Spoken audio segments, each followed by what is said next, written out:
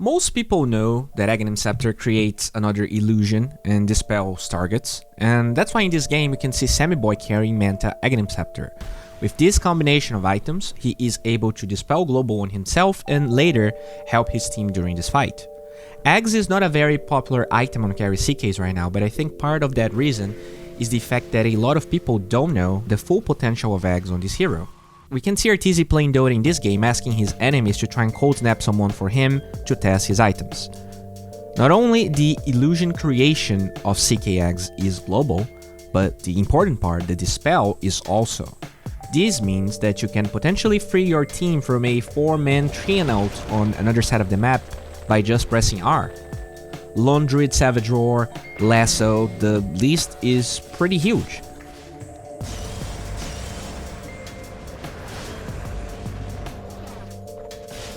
With the cooldown reduction of CK's ult, this item actually becomes a really good item even on carry CK, and I think this item is also the reason we will see offlane and position for CK starting to grow in the near future. A lot of people don't know this, but CK is a really good matchup against almost every popular carry hero in this patch. Faceless Void, 66% win rate, Terrorblade, 55, Spectre, 55, Drow Ranger, PL, all of those heroes have negative win rate versus Chaos Knight. The only hero you really want to ban or avoid playing CK right now is either Invoker and Sven. Besides those two heroes, no truly popular hero does really well against Chaos Knight. Chaos Knight is a hero that builds almost every item that got buffed recently. Midas? This hero not only benefits a lot from it since all of the illusions are gonna get attack speed, but he is also one of the few heroes that have kill potential and can fight despite building it. Faceless Void with Midas has almost no kill potential by himself. Spectre is a creep with Midas. Sven can technically fight, but you're probably gonna have only 1 point of your stun and you don't really have any gap closing besides your E. CK has 2 fighting abilities on a very low cooldown, and it's just really easy for him to contribute early in fights despite of the items that he has, allowing him to play high tempo and still scale in the late game thanks to the Midas experience boost and also the attack speed. I mean, even in the laning stage this hero can just rush Midas and still have kill potential. Because you usually max Reality Rift, you have the gap close to get kills even when you do not have boots. Another item that CK builds and got a lot of buffs recently is Silver Edge. Not only Echo Saber is a core item on this guy, the Silver Edge allows CK to handle heroes like Spectre, Phantom Assassin, Tidehunter, Viper, all pretty popular in 727D.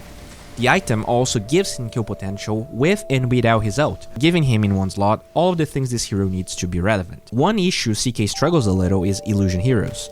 They are usually agility heroes with tons of armor, and one way CK can itemize against that is actually Radiance. He is a hero with a lot of HP, and usually those heroes are great Radiance carriers. In this game, Sammyboy rushed Midas into Radiance versus a Phantom Lancer, and since we already talked about how this hero has no problem fighting with only Midas, he was never really a burden in that game.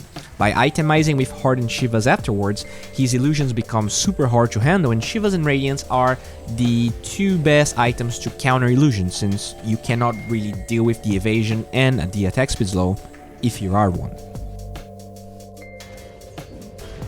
When I think about it, Chaos Knight is probably the Battle Fury Ursa of 727D. His laning stage is just way too good. He's able to face heroes like Slaughter that destroys pretty much every other single S tier carry right now. And at the same time, he can get greedy items and fight. It's just crazy how good this hero can do everything, it feels like. Cancel, блядь! Cancel! Cancel!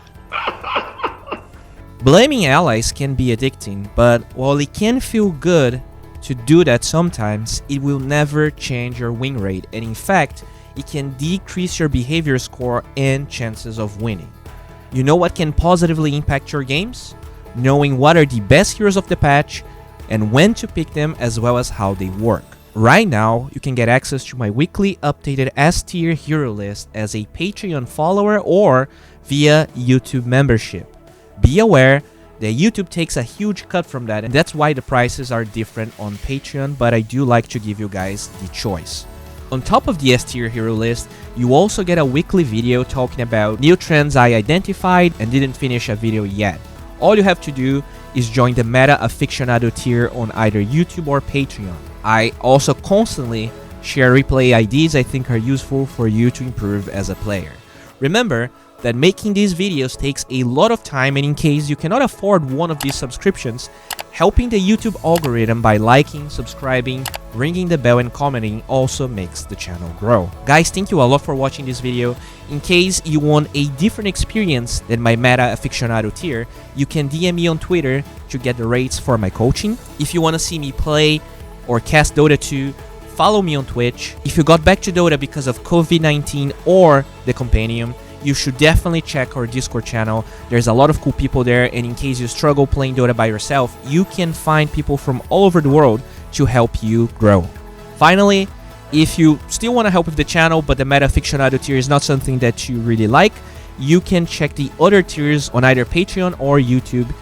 Thank you a lot for watching, guys. Have a good one, and bye.